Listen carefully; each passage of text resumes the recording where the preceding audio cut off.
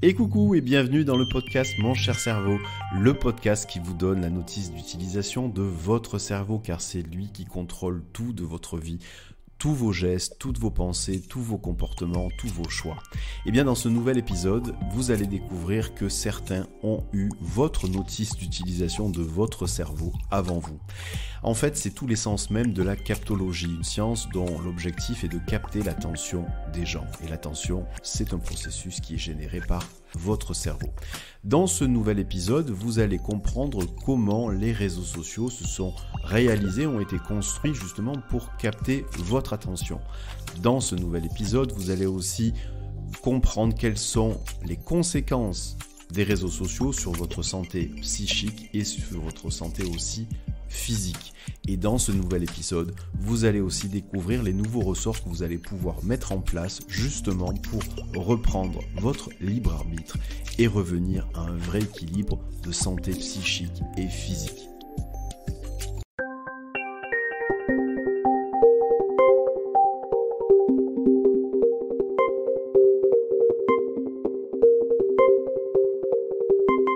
Alors, pour commencer ce nouvel épisode, nous allons commencer par des chiffres. D'après l'étude de Digital Report qui date de 2022, le nombre d'internautes dans le monde a augmenté de 192 millions pour atteindre 4,95 milliards au début de l'année 2022. En France, ces internautes représentent environ 60,9 millions d'utilisateurs, soit 93% de la population. En février 2022, la France comptait 52,6 millions d'utilisateurs de réseaux sociaux, soit 80% de la population et près de 94,4% des plus de 13 ans, ce qui est énorme. Il s'agit là d'une augmentation de 6% déjà juste par rapport à l'année précédente, c'est-à-dire 2021. Et les utilisateurs actifs sur les réseaux sociaux ont augmenté de 3 millions par rapport à 2021 à la même époque, ce qui est énorme. En moyenne, les Français passent 1h46 tous les jours sur les réseaux sociaux. Et cette moyenne est beaucoup plus élevée, ça peut aller de 2 heures à 3 heures chez les ados, ce qui est énorme. Alors, si vous doutez de ces chiffres et que vous voulez vous en rendre compte par vous-même, vous pouvez faire une expérience très simple. Vous prenez une table, vous invitez autour de cette table 5-6 ados qui se connaissent, bien entendu, qui sont amis, qui se voient tous les jours, et vous leur proposez de manger autour de cette table et vous allez constater au bout de quelques minutes que ces ados vont prendre leur téléphone et vont continuer à regarder leur écran alors qu'ils sont entre eux. Voilà, donc ça c'est un test assez facile à faire. Si vous n'avez pas d'ados et que vous n'avez pas de table, allez dans un restaurant et prenez le temps d'observer autour de vous le nombre de personnes qui sont en train de regarder leur téléphone tout en mangeant. Alors, pourquoi nous sommes tous connectés aux réseaux sociaux ? Simplement parce que nos cerveaux, chaque fois qu'ils sont connectés aux réseaux sociaux, ils se prennent un shoot de dopamine. La dopamine, c'est un neurotransmetteur qui est fabriqué par le cerveau et qui provoque simplement du plaisir. Donc, nous sommes tous connectés aux réseaux sociaux pour ce shoot de dopamine. Quelles conséquences ça a de se prendre des shoots de dopamine toute la journée ? Ça a des conséquences psychiques et physiques. La première des conséquences, le sommeil est attaqué à cause de ces shoots de dopamine. Et donc ça réduit la durée moyenne du sommeil de 1h30 en 50 ans. On est passé de 8h15 en moyenne de sommeil par nuit à 6h45. Deuxième conséquence, il y a des conséquences sur les plus jeunes notamment. Ça a entraîné des conséquences en cascade sur leur faculté de concentration et d'apprentissage. Ça a aussi entraîné des conséquences qui sont importantes sur leur irritabilité et bien sûr sur leur santé car le sommeil contribue grandement aux défenses immunitaires.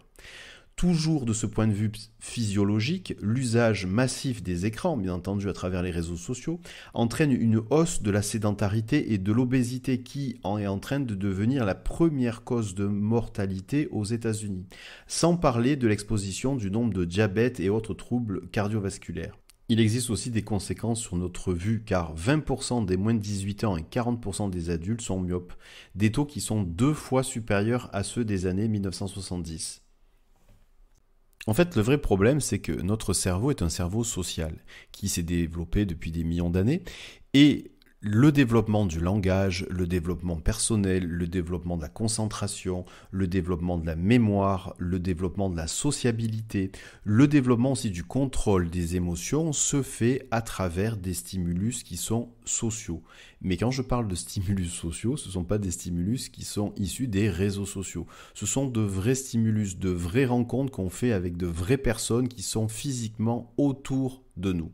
Et donc le cerveau, depuis des millions d'années, a été habitué justement à se développer socialement à travers ces échanges-là, de vrais échanges physiques.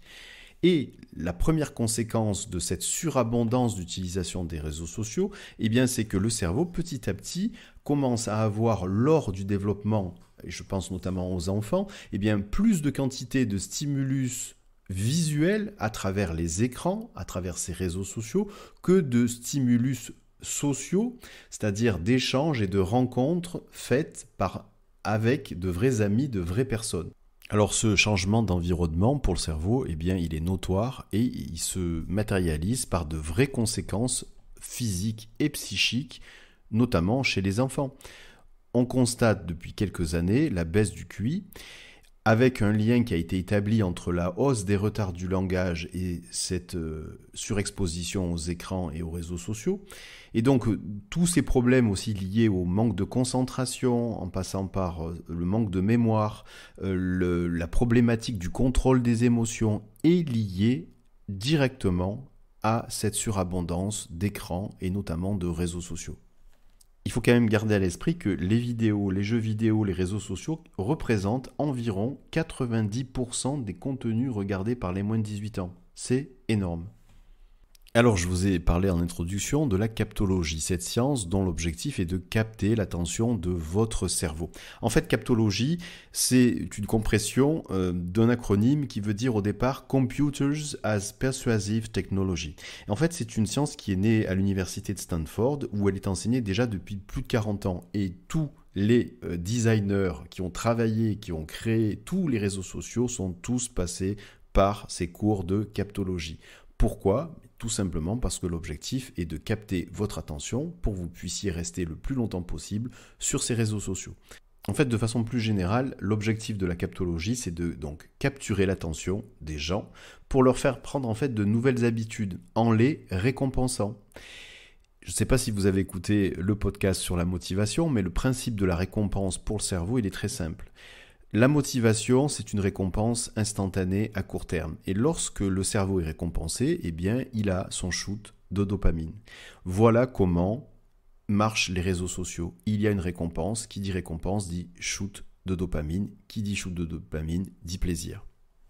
Alors, comment capturer notre attention alors que nous sommes bombardés et sollicités à longueur de temps et toute la journée par des milliers d'informations, de publicités?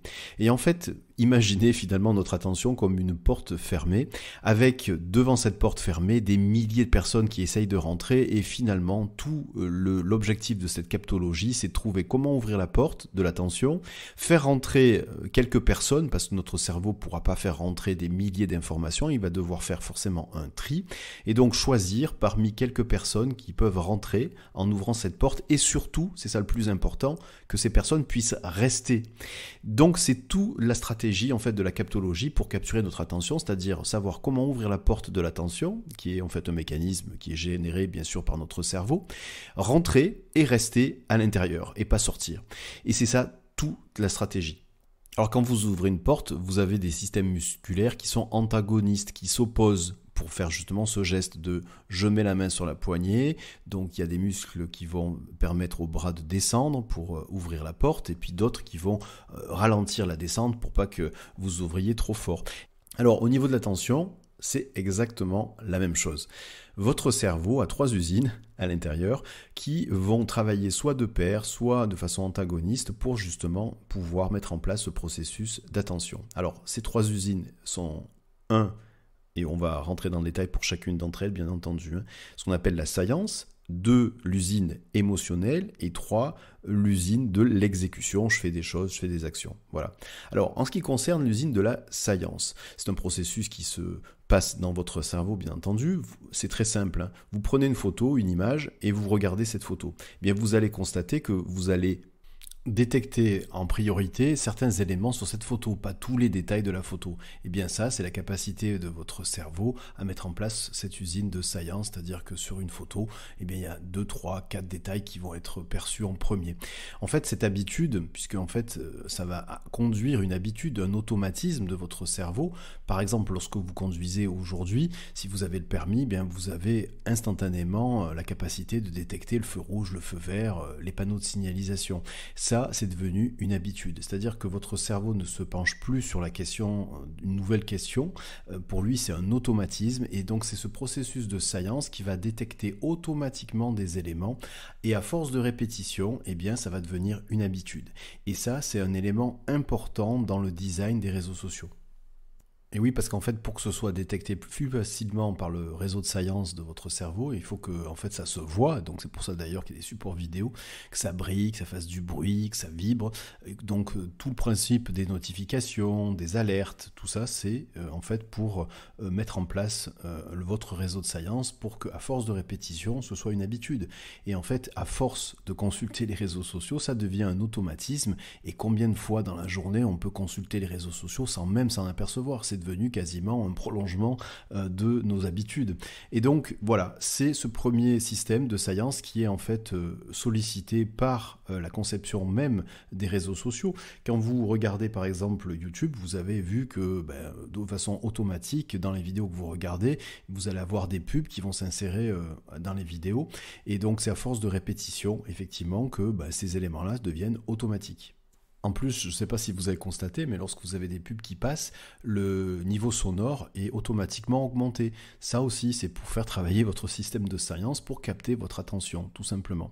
Donc, avec ce premier processus-là, eh bien, l'objectif, si je garde la métaphore de cette porte qui est fermée, qui est en fait votre attention, avec des milliers de personnes qui veulent rentrer, l'objectif, c'est d'ouvrir la porte, de faire rentrer quelques personnes, puisque votre cerveau, lui, va pas faire rentrer tout le monde, et de faire garder ces personnes-là à l'intérieur, de capter cette attention et de la conserver dans la durée.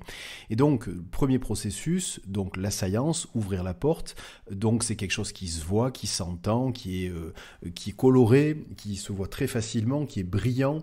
On augmente le son et vous voyez dans tous les réseaux sociaux, toutes les interactions que vous pouvez avoir sur les réseaux sociaux, en fait, elles sont visuelles, elles sont colorées, on voit ça très facilement, on augmente le son, je viens de donner l'exemple avec YouTube sur les pubs, et ainsi de suite, et ainsi de suite. Tout ça, ça rentre dans un mécanisme d'étude du cerveau, la fameuse captologie, où les gens ont appris en fait par l'expérience, par en fait des tests et des essais répétitifs qu'effectivement il y avait des éléments que le cerveau captait plus facilement que d'autres, et tous ces éléments-là ont été listés et ils sont tous présents dans tous les réseaux sociaux. Alors si je reprends encore cette image de la porte, donc l'attention, ouvrir cette porte et rentrer à l'intérieur et y rester, c'est finalement créer à travers ce système de science des automatismes. Tout ça, à force de répétition, ça devient automatique, comme je viens de le dire à l'instant. Maintenant, on consulte de façon quasi automatique nos réseaux sociaux sans même s'interroger sur la nécessité de le faire ou pas. Et donc, c'est à force de répétition que ça devient un automatisme, et donc ce sont des processus qui sont quasiment inconscients. Inconscient, si vous voulez un peu plus de détails sur la notion de conscient et inconscient, je vous conseille d'écouter le podcast, je crois que c'est le tout premier, sur qui dirige votre vie à votre insu, parce qu'effectivement, dans l'activité de votre cerveau, vous avez à peu près 10% d'activité consciente. C'est tout ce que vous êtes capable de décrire vous, là, de dire voilà, je suis en train de faire ça, je suis en train de penser ça. Donc ça, c'est tout ce que vous êtes capable de décrire sur l'instant, et tout le reste, comme si vous aviez un ordinateur qui fonctionne en tâche masquée, et bien tout le reste, c'est un processus inconscient. Et donc c'est effectivement dans ces processus de votre cerveau, on est en proportion 10% de conscient pour 90% d'inconscient, et bien dans ces 90% d'inconscient, il y a les automatismes.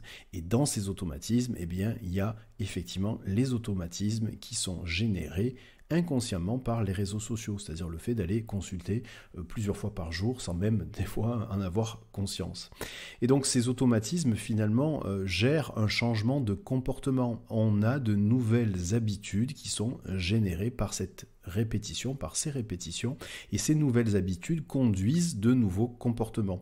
Et en fait, c'est ça, en fait, le Graal de tous ces chercheurs en captologie, le Graal de toutes ces personnes qui essayent de modifier les comportements à travers, par exemple, les réseaux sociaux, eh bien, c'est de trouver les bons moyens pour créer des nouvelles habitudes attentionnelles. Quand je parle d'habitudes attentionnelles, c'est de faire prendre aux gens des habitudes qui permettent de avoir cette attention posée sur les réseaux sociaux, grâce à ce pilotage automatique.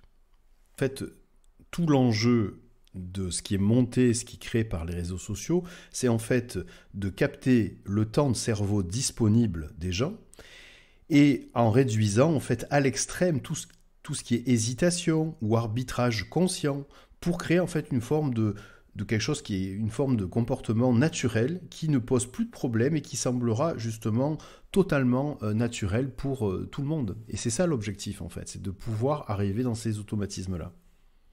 Alors cette stratégie employée a un nom, son nom c'est hooking, et littéralement ça veut dire hameçonnage. Les spécialistes de la captologie ont gardé, eux, la métaphore de la pêche avec un appât, donc c'est tout les techniques que je viens de vous citer pour capter votre attention, un hameçon derrière qui permet de rester ensuite accroché à ces réseaux sociaux. Et moi, si je continue à faire le parallèle avec cette image de la porte, c'est cette capacité, une fois que vous êtes rentré à l'intérieur de la pièce, de façon inconsciente, avec ces automatismes-là, c'est y rester. C'est l'équivalent de l'hameçon.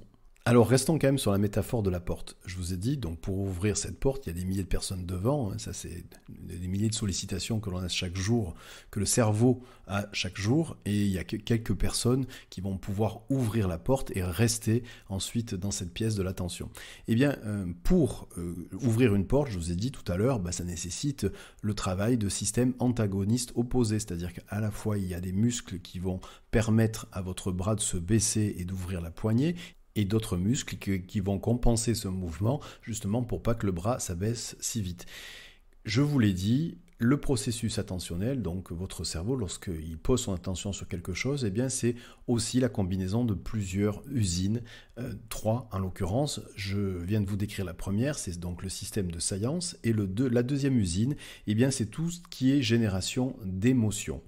L'attention émotionnelle, très exactement. En fait, qu'est-ce que c'est l'attention émotionnelle ? Eh bien c'est simplement le fait de lorsque on pose son attention sur quelque chose, il faut que derrière, ça puisse générer une récompense, donc une forme de plaisir. Je vous rappelle encore une fois que chaque fois que nous allons sur les réseaux sociaux, on prend une dose de dopamine, un shoot de dopamine.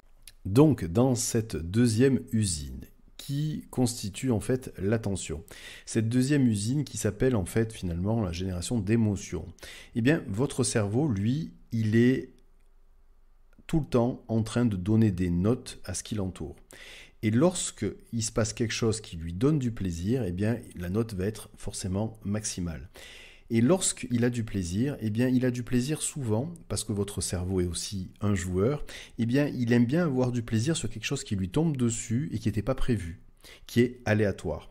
Et donc, cette partie, en fait, joueur du cerveau, qui note tout le temps ce qui l'entoure et qui aime avoir du plaisir, eh bien, les concepteurs des réseaux sociaux ont très bien compris ce qu'il fallait faire justement pour pouvoir jouer avec cet aspect naturel du cerveau, à la fois le cerveau joueur, le cerveau qui cherche de l'émotion, du plaisir. Comment font ces concepteurs de réseaux sociaux ? En fait, c'est très simple. Ils ont créé ce qu'on appelle le fil d'actualité. Le fil d'actualité, par définition, c'est quelque chose sur lequel on veut tomber et on ne sait pas sur ce qu'on va tomber, si c'est positif, négatif. Et donc, c'est ce côté aléatoire qui va alimenter en fait la passion du côté joueur du cerveau. C'est tout simplement ça. Le principe aussi des fils, des vidéos sur Snapchat, c'est exactement la même chose. Vous avez l'algorithme qui présente en fait des éléments récurrents sur votre fil d'actualité en les pondérant, c'est-à-dire avec des valeurs qui sont aléatoires et inattendues. C'est-à-dire l'algorithme va essayer de voir ce qui marche pas, ce qui capte votre attention, ce qui capte pas, qu'est-ce qui vous fait interagir et qu'est-ce qui ne vous fait pas interagir. Et à chaque fois, eh bien, l'algorithme va resservir des éléments aléatoires, mais qui ont quand même des points communs systématiquement les uns vis-à-vis des autres, parce que justement, ça vous permet à chaque fois de prendre votre shoot de dopamine. Et pour tracer nos émotions, eh bien, rien de plus simple, aujourd'hui sur les réseaux sociaux, puisque chaque fois qu'on poste quelque chose sur les réseaux, on peut même mettre l'état dans lequel on est, donc amoureux, heureux, triste, joyeux, etc. Et donc effectivement, là encore une fois, c'est un ressort qui est indispensable, c'est la deuxième usine de l'attention de notre cerveau, cette partie émotionnelle qui est captée à travers tous ces éléments, tous ces boutons de réaction que l'on peut avoir et qu'on peut utiliser dans les différents réseaux sociaux. D'ailleurs, puisqu'on parle d'émotion, il faut savoir que le cerveau retient plus longtemps et plus facilement une émotion négative qu'une émotion positive. Alors ça vient de notre évolution depuis des millions d'années, puisque à la base, on a passé si on regarde l'échelle du temps et l'évolution du cerveau depuis ces millions d'années, 95% de ce temps a été alloué finalement à une période pendant laquelle on devait se battre pour survivre, notamment lorsqu'on sortait des grottes, de nos ancêtres préhistoriques, pour éviter de se faire bouffer par un tigre qui était caché derrière un fourré. Il fallait que nos ancêtres puissent se méfier systématiquement, parce que ceux qui ne se méfiaient pas, qu'est-ce qu'ils faisaient, qu'est-ce qui leur arrivait? Ils se faisaient bouffer. Donc au fil du temps, avec ces millions d'années qui sont passées, dans le cerveau, l'ADN de notre cerveau est resté cette capacité à retenir plus facilement une émotion négative qu'une émotion positive, simplement pour une raison de survie. Alors aujourd'hui, on ne vit pas ce genre de situation, mais par contre, on a gardé ce mode de fonctionnement, puisqu'encore une fois, sur ces millions d'années d'évolution de notre cerveau, notre époque actuelle ne représente qu'1% du temps de cette évolution. Donc 1%, c'est totalement insignifiant. Donc, l'algorithme de ces différents réseaux sociaux, qu'est-ce qu'il fait? Quand il constate que, effectivement, les émotions négatives sont celles qui génèrent plus d'interactions, le plus de réactions, et bien naturellement, l'algorithme va augmenter cette capacité à nous fournir en fait des éléments qui vont générer une émotion négative. Et c'est ce qui fait que justement, dans les réseaux sociaux, vous pouvez d'ailleurs prendre conscience de ça, regardez, prenez conscience de quand vous êtes dessus, si vous sentez mal, si vous sentez qu'il y a une baisse de l'estime de vous, une baisse de confiance en vous, quoi que ce soit d'autre de négatif, là, vous captez déjà quelque chose d'important, c'est le ressort même qui structure les réseaux sociaux. Et si vous sentez ça, la première chose à faire, c'est de couper, d'arrêter systématiquement chaque fois que vous ressentez quelque chose de négatif, pour ne pas systématiquement habituer votre cerveau à ces émotions négatives de façon répétée. Alors, cette stratégie a un nom en captologie. On appelle ça le FOMO. Alors FOMO, c'est un acronyme anglo-saxon qui veut dire Fear of Missing Out. C'est en fait la peur de rater quelque chose d'important, d'utile ou de divertissant. En fait, il s'agit de cette peur qui nous pousse des fois à consulter des centaines de fois ou des dizaines de fois notre écran de smartphone là, et à faire défiler à l'infini les images sur Instagram ou sur Facebook ou sur TikTok par exemple, ou à relever nos emails ou à vérifier qu'une information n'est pas apparue sur le feed d'actualité Twitter par exemple. Mais vous voyez, typiquement ça, c'est effectivement ce qui va créer aussi une dépendance au niveau de notre cerveau, puisqu'il va avoir toujours peur de louper quelque chose. Alors, bien entendu, toujours dans cette stratégie de mettre en avant plutôt des émotions négatives plutôt que positives, aujourd'hui, c'est pas un scoop, si vous voulez être diffusé plus largement sur Twitter, il faut plus créer de la polémique que faire du consensus. Vous verrez que ça a directement des conséquences sur vos nombres d'abonnés.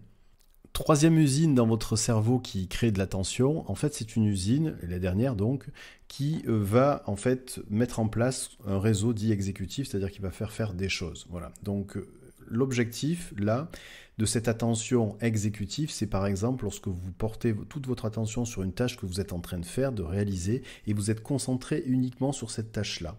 Et bien typiquement en captologie, dans la conception même de ces réseaux sociaux, l'objectif c'est de diminuer la valeur, la puissance, le mode de fonctionnement de cette usine-là, parce que c'est elle qui risque de vous détourner des réseaux sociaux. Donc l'objectif en captologie, la façon dont les réseaux sociaux ont été conçus, c'est de plutôt mettre en avant les deux premières usines, donc l'usine de science et l'usine liée à la partie émotionnelle, et de mettre en sommeil, de diminuer l'activité de l'usine qui est exécutive, celle qui fait des actions, qui se concentre sur une seule chose à la fois. Parce que, en plus de ça, d'ailleurs, Google a estimé cette capacité aujourd'hui des cerveaux humains à rester concentrés sur une seule tâche, avec l'influence des réseaux sociaux, et aujourd'hui, ils sont assez contents puisqu'ils sont arrivés à une moyenne de 9 secondes environ. C'est-à-dire qu'au-delà de 9 secondes, on passe à autre chose, on zappe. Et donc, c'est parfait pour eux puisque justement, ils veulent, ni plus ni moins, que le cerveau soit, dans un premier temps, attiré, si je garde l'image de la pêche, comme un poisson par un appât, ensuite qu'il soit accroché par l'hameçon et qu'il puisse rester à cet hameçon-là. Si je garde l'image de la porte, c'est des milliers de personnes devant la porte, être capable d'ouvrir la porte de l'attention, de rentrer et d'y rester. C'est ça le plus important, et d'y rester. Et pour y rester, il n'y a pas d'autre solution que de faire marcher les 2 premières usines, l'assaillance. Vous vous rappelez, l'assaillance, c'est la capacité de notre cerveau à détecter des choses quasiment automatiquement, et par répétition, ces automatismes deviennent des habitudes, on ne se pose même plus la question, c'est inconscient. Deuxième usine, et bien une usine émotionnelle qui va provoquer du plaisir, de l'émotion, en fonction d'une récompense qu'on va avoir et de ce qu'on va trouver sur les réseaux sociaux, en sachant qu'une émotion négative se véhicule plus rapidement et reste plus longtemps dans notre cerveau qu'une émotion positive, et cette troisième usine qui va être mise en sommeil, qui est cette usine d'exécution, de création de tâches, et là on va essayer de la diminuer au maximum.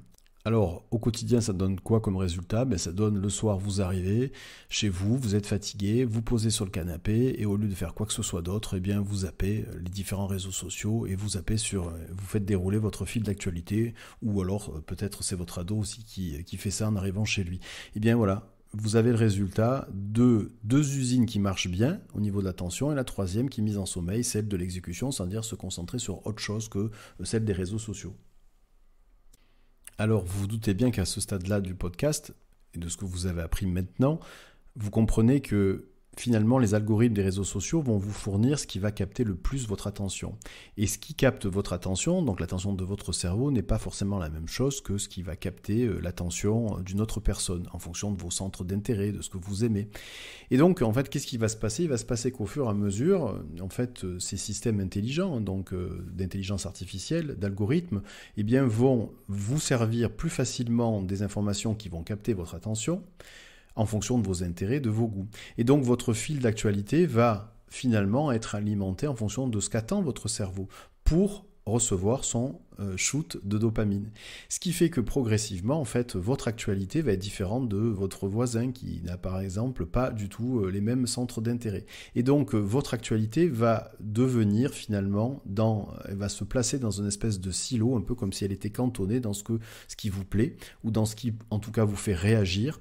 Et la conséquence de tout ça, c'est que finalement, et ça vous pouvez d'ailleurs écouter le podcast sur la perception de la réalité, du cerveau, mais en fait très concrètement, le cerveau va être placé dans une réalité qui est uniquement celle qui va le faire réagir et qui va lui permettre de recevoir un shoot de dopamine. Et ça, c'est pas la réalité, c'est qu'une petite partie de la réalité. C'est ce qui fait qu'aujourd'hui, en plus de cela, les gens ont de plus en plus de mal à échanger, à discuter, à opposer des idées qui ne sont pas communes. Parce que votre cerveau est donc habitué à vivre dans un silo d'activité, d'actualité, qui est déterminé par les réseaux sociaux et parce que ce qui vous fait réagir, et vous n'allez pas sortir de ce silo-là parce que justement, l'algorithme a détecté que c'est dans ce silo, c'est dans cet environnement que vous réagissez le plus. Voilà, alors maintenant que vous avez toutes ces informations-là, que vous connaissez comment ont été en fait conçus les réseaux sociaux, quelles conséquences ils ont sur votre cerveau, à la fois en termes de santé psychique mais aussi de santé physique, je vais vous lire une déclaration qu'a faite Sean Parker, qui était le premier président de Facebook au tout début. Et vous allez maintenant, avec tout ce que vous avez appris, la capacité de la comprendre. Voilà ce qu'il a dit et ce qu'il a écrit. On doit en quelque sorte vous donner une petite dose de dopamine de temps en temps. Parce que quelqu'un a aimé ou commenté une photo ou une publication ou quoi que ce soit d'autre. C'est une boucle de rétroaction de validation sociale. Exactement le genre de choses qu'un hacker comme moi imaginerait, parce que ça exploite une vulnérabilité de la psychologie humaine.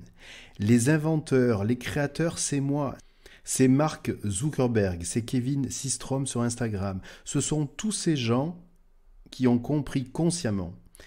Et nous l'avons fait quand même. Ça change littéralement notre rapport à la société et aux autres. Ça influence probablement notre productivité de manière étrange. Dieu seul sait ce que ça fait au cerveau de nos enfants. Alors ce qui était assez marrant, c'est que tous ces concepteurs qui travaillent donc dans les réseaux sociaux, qui sont essentiellement situés dans la Silicon Valley. Et en fait, la majeure partie de leurs enfants sont dans des écoles, la pédagogie Waldorf. Dans ces écoles-là, en fait, l'utilisation des appareils électroniques est proscrite d'une manière générale. Alors, maintenant, vous connaissez en fait les ressorts attentionnels qui sont développés pour capter notre attention au niveau des réseaux sociaux. Maintenant que vous connaissez les conséquences à la fois psychiques et physiques liées à l'utilisation excessive de ces réseaux sociaux, eh bien maintenant la phase d'après, c'est de savoir quoi faire. Eh bien, je vous propose justement de lister des actions simples que vous pouvez faire en termes d'organisation dans votre quotidien pour finalement revenir à un autre équilibre, un équilibre qui soit plus sain pour vous. Et puis, je vais vous proposer aussi de découvrir une partie de relaxation, puisqu'il y a en règle générale tout le temps un moment de relaxation, de méditation dans ces podcasts, de façon justement à ce que vous puissiez travailler avec votre inconscient aussi, puisque dans cet état modifié de conscience, vous allez travailler avec votre inconscient, mais de façon plus positive que l'image que je vous ai donnée de ouvrir la porte, rentrer dans le processus d'intention et y rester de façon inconsciente avec des automatismes et des changements d'habitude. Là, je vous propose un autre changement de comportement, de nouvelles habitudes, des habitudes qui soient plus écologiques par rapport à votre quotidien et surtout plus écologiques avec votre santé à la fois physique et mentale. Alors la première chose que vous pouvez faire, et d'ailleurs le conseil vous l'avez déjà eu dans le podcast, c'est dès que vous êtes sur un réseau social, quel qu'il soit, et que vous sentez qu'il y a une émotion négative qui est en train de naître en vous, que ce soit par exemple un manque de confiance en vous, un manque d'estime de soi, ou quoi que ce soit d'autre, là vous ne cherchez pas, vous sortez du réseau social et vous passez à autre chose. Alors pas un autre réseau social, mais vous faites autre chose. De façon à ce que cette empreinte de cette émotion négative puisse finalement partir le plus rapidement possible. Et bien non, vous savez qu'une émotion négative reste plus longtemps qu'une émotion positive, donc coupez tout de suite. Ça, c'est vraiment le premier conseil que je peux vous donner et le premier conseil que vous pouvez donner à vos ados. Alors, ça va être plus compliqué au niveau des ados parce qu'effectivement, ils n'ont peut-être pas forcément tout le temps, surtout à cet âge-là, d'avoir une discrimination entre une émotion positive et une émotion négative. Mais vous pouvez, avec vos ados, aussi définir ce que c'est une émotion négative. C'est-à-dire que, par exemple, si vous ressentez une espèce de jalousie quand vous voyez quelque chose, ou vous ressentez un manque de confiance en vous parce que ce que vous voyez, ça vous fait douter de vos capacités, ou ainsi de suite, rentrez un peu plus dans le détail, vous dites, là, il faut couper. Voilà. Premier conseil. Deuxième conseil, c'est pour éviter cette dépendance à ces shoots de dopamine, puisque c'est une vraie addiction ensuite qui s'installe, vous l'avez compris, eh bien, il va falloir éduquer votre cerveau sur le fait justement d'enlever cette addiction. Et pour enlever cette addiction, vous n'avez pas 36 000 solutions. La seule et unique, c'est de sanctuariser des moments où vous n'êtes pas connecté. C'est-à-dire que très concrètement, dans la journée, qu'est-ce qu'il faut faire ? Plutôt que finalement de vous connecter aux réseaux sociaux dès que vous avez du temps libre, eh bien il va falloir instaurer dans votre journée, on va dire des moments, 1, 2, 3, 4 ou 5 maximum dans la journée, dans lesquels vous allez à heure fixe, par exemple, eh bien consulter les réseaux sociaux. Parce que le fait de vous dire, je vais 5 minutes ou 10 minutes sur les réseaux sociaux, par exemple, tous les jours à 10 heures, tous les jours à 16 heures, tous les jours à 20 heures, eh bien, ça va permettre à votre cerveau, progressivement, de prendre la distance avec ces shoots de dopamine, et donc de prendre une certaine distance avec cette dépendance, en sachant que quand même, le shoot de dopamine, il aura lieu, mais à heure fixe. Et donc, vous l'avez compris, en faisant ça, on va enlever le côté imprévisible, aléatoire de ces besoins qui sont générés par les réseaux sociaux, puisque là, vous allez mettre en place une nouvelle habitude qui, elle, n'est pas imprévisible, qui n'est pas aléatoire, mais qui va arriver tous les jours à heure fixe. Alors, comment faire ça ? De façon très concrète, maintenant sur tous vos smartphones, vous pouvez programmer des alarmes. Par exemple, dans la journée, vous pouvez programmer 3 alarmes quotidiennes, une qui sonne à 10h, une qui sonne à 16h, l'autre qui sonne à 19h, et bien entendu, vous avez compris, c'est un exemple. Et là, quand ça sonne, vous allez sur les réseaux sociaux, et puis vous regardez ça 5 minutes, 10 minutes, il faut aussi vous limiter dans le temps, en disant, je fais maximum temps. maximum 5, maximum 10. Commencez par une durée qui vous est, on va dire, possible d'atteindre. Hein. Si vous commencez directement par 5 minutes alors que vous y restez des fois des heures, ça va être compliqué. Donc l'objectif est ensuite de baisser ce temps-là. Mais le fait que ce soit heure fixe dans la journée et avec une durée qui est limitée, eh bien ça va engager des nouveaux processus dans votre cerveau qui va justement petit à petit se défaire de cette dépendance. Et c'est ça qui est aussi très important. Alors, vous allez peut-être me dire, oui, mais alors si je mets à heure fixe, par exemple, une sonnerie, une alarme qui sonne tous les jours à 10 heures et que je suis en train de faire quelque chose, je ne vais pas m'arrêter en plein dans ma tâche pour pouvoir ensuite aller regarder les réseaux sociaux, où il y a des fois je ne pourrais pas parce que je suis en train de conduire ou quoi que ce soit d'autre. Bon, ben, vous inquiétez pas pour ce genre de problématique, vous aurez, une fois que le téléphone aura sonné par exemple à 10 heures, la présence d'esprit d'y aller à 10h30 ou 11h si vous n'avez pas la possibilité d'y aller à 10h. En soi, c'est vraiment pas un problème. Par contre, si effectivement vous prenez l'habitude de mettre en place ces habitudes régulières avec des heures régulières, avec une durée limitée, vous allez voir, ça va changer vraiment beaucoup de choses.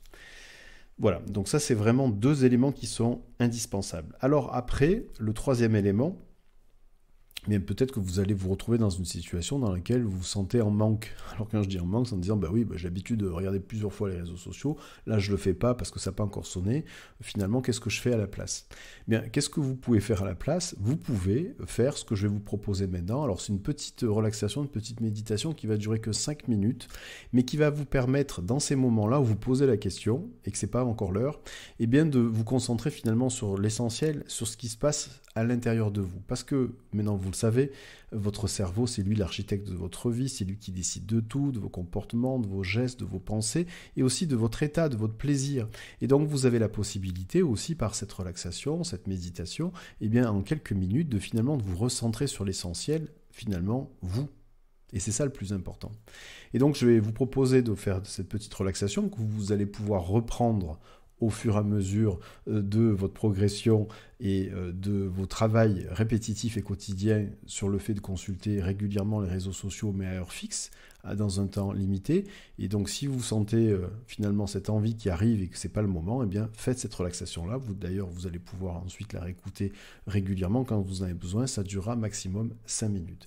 Alors, bien entendu, pour pouvoir en profiter pleinement, il faut être dans un endroit dans lequel on ne vous dérange pas. Être capable, peut-être mettre des écouteurs, comme ça vous entendez que ma voix, ça sera plus efficace. Être dans un endroit où vous n'avez pas besoin de vous allonger, qui dit relaxation, on ne dit pas forcément être allongé, vous pouvez être assis confortablement, hein. Donc si vous êtes au bureau, vous pouvez vous asseoir confortablement. Si vous n'avez pas la possibilité de fermer les yeux parce que y a du monde autour de vous, dans ces cas-là, vous allez apprendre à regarder dans le vague, regarder quelque chose très loin, un peu comme si vous regardiez, contempliez l'horizon de la mer ou alors très loin un sommet d'une montagne, pour justement mettre en place toujours, ça c'est votre cerveau, un processus qui va vous permettre de regarder à l'intérieur de vous et non pas à l'extérieur. Voilà. Donc là, vous allez revenir à l'intérieur de vous, revenir à l'essentiel, plutôt que d'être concentré sur ce qui se passe autour de vous et qui peut vous divertir. Donc voilà, donc ça c'est vraiment les conditions pour réaliser cette relaxation. Et maintenant que vous êtes prêt, que vous êtes prête, eh bien, je vais vous demander, si vous êtes allongé ou assis d'ailleurs, dans tous les cas, de porter toute votre attention à votre respiration.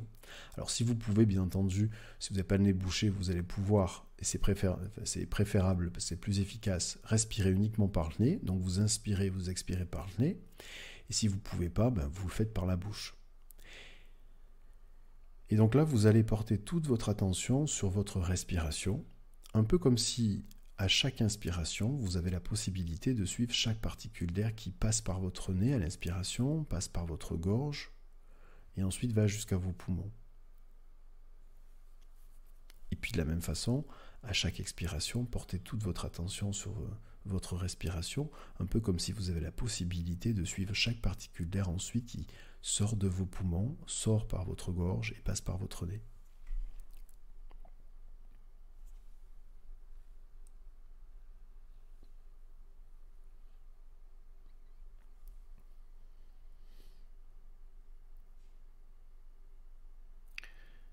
Simplement en portant votre attention sur votre respiration, prenez le temps d'observer, d'écouter, de ressentir. En fait, qu'est-ce qui a commencé à changer à l'intérieur de vous?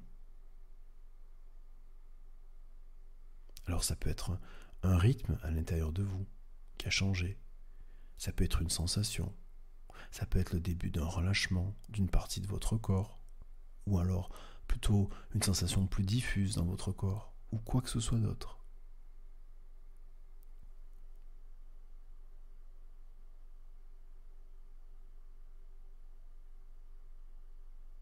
Prenez simplement le temps d'observer, d'écouter et ressentir ce changement.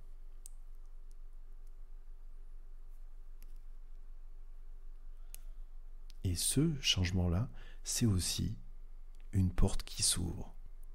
Mais une porte qui s'ouvre à l'intérieur de vous-même.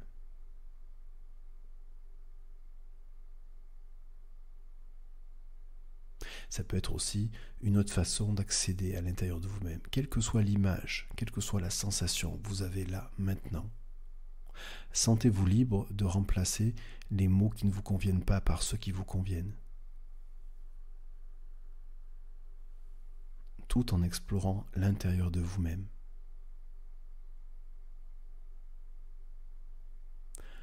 Prenez le temps d'explorer, par exemple, finalement, les battements de votre cœur, en écoutant les battements de votre cœur là, maintenant.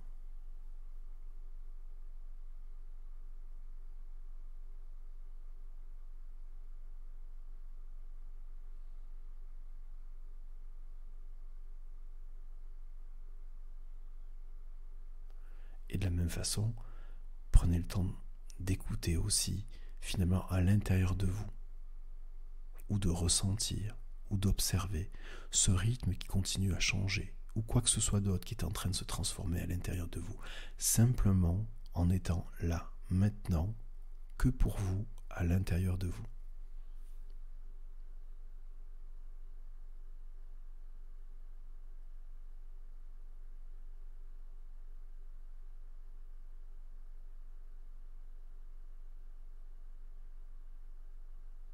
Souvent, lorsqu'on permet à tout son être d'être disponible à ce qu'on est, on a la capacité de pouvoir ressentir, observer, écouter, comme un scanner qui viendrait finalement parcourir tout votre corps de la tête jusqu'aux pieds, ensuite des pieds jusqu'à la tête. Prenez le temps, prenez ces quelques instants pour peut-être partir de vos pieds et observer, écouter, ressentir et scanner tout votre corps progressivement en passant par les chevilles, par les mollets, les genoux, et ainsi de suite pour remonter jusqu'au sommet de la tête à votre rythme.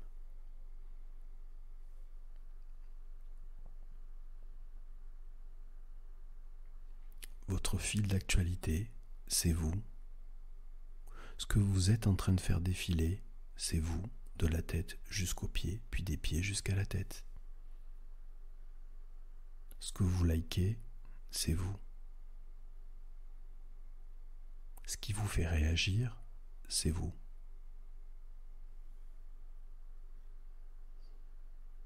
Les émotions que vous pouvez peut-être ressentir là, à l'intérieur de vous, c'est vous.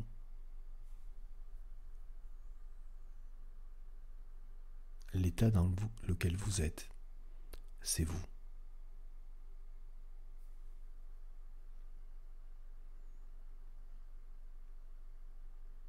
Les réactions que vous ressentez, c'est vous, et pas celles des autres.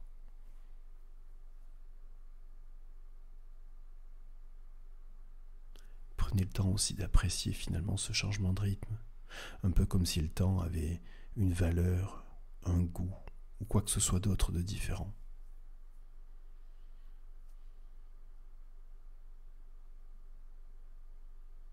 Ces quelques secondes passées à l'intérieur de vous-même, prenez le temps de les observer, de les écouter, de les ressentir.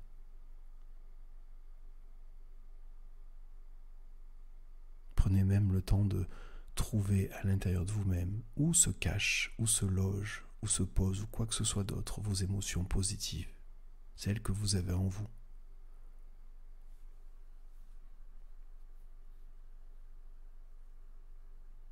Prenez le temps de les faire vivre, de les ressentir, de vous en occuper, de les apprécier.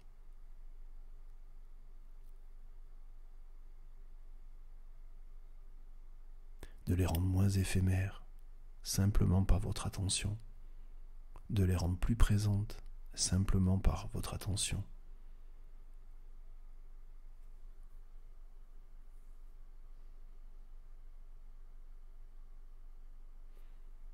Continuez à explorer votre réseau intérieur.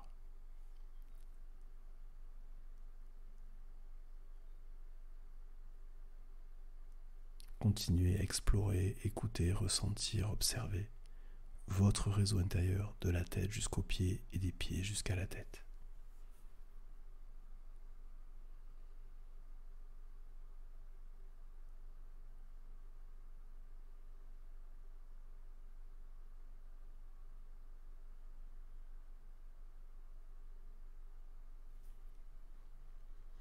Maintenant que vous avez fait défiler votre fil d'actualité intérieure, maintenant que vous avez identifié vos émotions, maintenant que vous avez réagi, liké sur ce que vous êtes à l'intérieur de vous, maintenant que vous êtes pleinement présent à ce que vous êtes, ce que vous faites et ce que vous ressentez à l'intérieur de vous, dans votre propre réseau de la tête jusqu'aux pieds, des pieds jusqu'à la tête, eh bien je vais pouvoir commenter jusqu'à 10. Et lorsque j'aurai fini de compter jusqu'à 10, vous allez avoir la possibilité de revenir ici et maintenant avec cette nouvelle expérience de votre réseau intérieur. 10, 9, 8, 7, 6, 5, 4, 3, 2, 1, 0. Et voilà, vous pouvez réouvrir les yeux si vous les avez fermés, reprendre conscience de là où vous êtes, de vous étirer aussi. Et là, vous faites marcher la troisième usine exécutive, celle qui fait des actions, qui a la capacité de se concentrer sur quelque chose de façon continue. Et là, vous avez dépassé les 9 secondes qui sont le temps moyen qu'a mesuré Google sur la capacité d'attention sur les réseaux sociaux. Vous avez fait quasiment 5 minutes parce que vous étiez dans un état modifié de conscience et que vous avez valorisé cette troisième usine, cette usine exécutive face aux 2 autres premières usines de l'attention que sont la science et la partie émotionnelle. Vous venez de trouver à l'intérieur de vous vos propres ressources, les ressources qui vous permettent de faire autre chose que d'être finalement toujours rivé sur ce type de sollicitation. Je parle là des réseaux sociaux et des écrans de façon plus générale. Vous venez aussi peut-être indirectement de comprendre certaines choses, même inconsciemment. Vous venez sûrement, à travers l'écoute de ce podcast aussi, mettre en place un nouveau système, un nouveau quotidien pour vous, un nouvel équilibre. Et vous avez, à travers cette relaxation que vous allez pouvoir reproduire autant de fois que vous en avez besoin, eh bien cette capacité aussi de prendre une certaine distance. Une distance par rapport au réseau et une proximité par rapport à vous-même.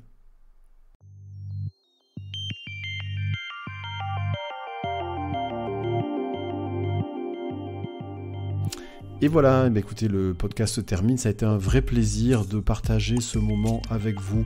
J'espère que ce podcast vous a plu. Alors je vais vous rassurer, peut-être que vous posez la question, si vous regardez sur les réseaux sociaux, je suis sur TikTok, je suis sur Instagram, je suis sur Facebook, je suis sur YouTube. Et comment je fais moi ? Eh bien je fais la façon suivante.